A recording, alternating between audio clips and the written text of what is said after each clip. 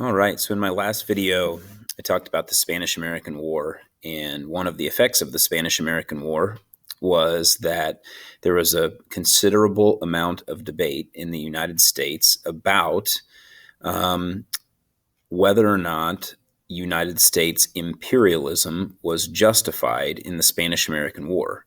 Did the United States, as the bigger, stronger, wealthier, more advanced country, have the right to go in and annex or take away um, these colonies like Guam, like Puerto Rico, like Cuba, like the Philippines?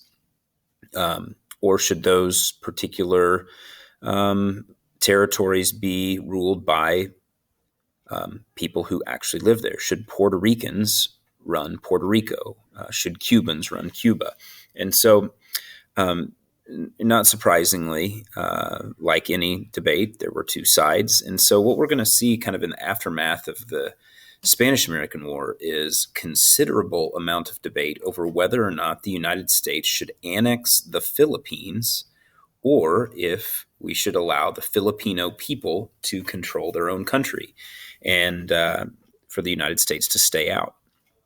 Um, so here's just a very brief history of what becomes a lesser known event, but a much deadlier event. After the Spanish American War ended, President McKinley annexed the Philippines. In other words, he made it a U.S. territory. In fact, the Philippines was a U.S. territory for almost 50 years.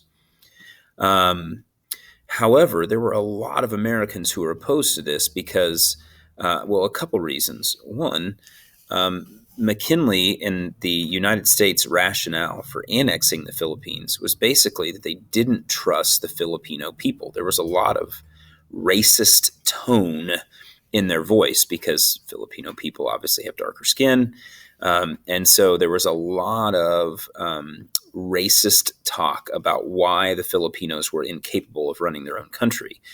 And a lot of what it boiled down to is the United States wanted access to the Philippines as a foothold in Asia. In other words, we were trading a lot with other Asian countries, not necessarily the Philippines, but the Philippines was a stepping stone. It was a place where we could establish a presence and have easy access to Asian trade markets. And so it was pretty desirable. And quite frankly, the United States and President McKinley didn't trust the Filipino people that the U.S. would have the kind of access we wanted if we let the Filipinos run their own country. The other reason why it was debated was because during the Spanish American War, the Filipinos fought on our side and were told that if you fight on our side, if you help us defeat the Spanish, independence is yours. And so for us to not give independence, well, it was pretty crappy. So not surprisingly, there were folks who spoke out against the annexation of the Philippines. The Anti-Imperialist League, led by none other than famous Missouri author Mark Twain, who was a very influential voice at the time, not just because of the books he wrote, but the articles he published about the wrongs of imperialism. Not surprisingly, when the United States annexed the Philippines, the Filipino people were angry.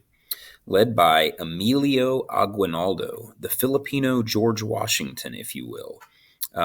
Emilio Aguinaldo led an uprising or rebellion against the United States and tried to force the U.S. out of the Philippines.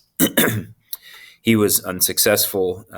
The Filipino military, although they put up one heck of a fight, they were not trained or equipped to defeat a military like the United States. And so the United States ultimately put down the rebellion and established the Philippines as a territory, a U.S. territory.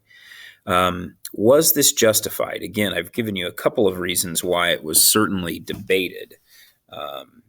The element of, does a wealthy, powerful country have the right? Are they justified in taking over or controlling a less powerful, less wealthy country? That's kind of the debate at hand here. And again, some people would say yes, the United States needed the Philippines, and so we took control of it. Others would say that we went back on our word and we mistreated the Filipino people. Ultimately, more people died in the Philippine-American War, sometimes called the Philippine-American Insurrection, than in the Spanish-American War. And one of the things that I want to show you guys, this is a photo of, you've probably heard of the World's Fair, but every 4 years, the World's Fair would be hosted in different cities around the world. And the idea was for countries to bring in exhibits to showcase to the rest of the world um, basically what their country had to offer. This is, of course, way before the days that you can just Google things and or even buy an encyclopedia and look at pictures of what countries were like. But in a move that was really not motivated by showing people what the Philippines really had to offer. It was more a move to show how primitive people in the Philippines lived.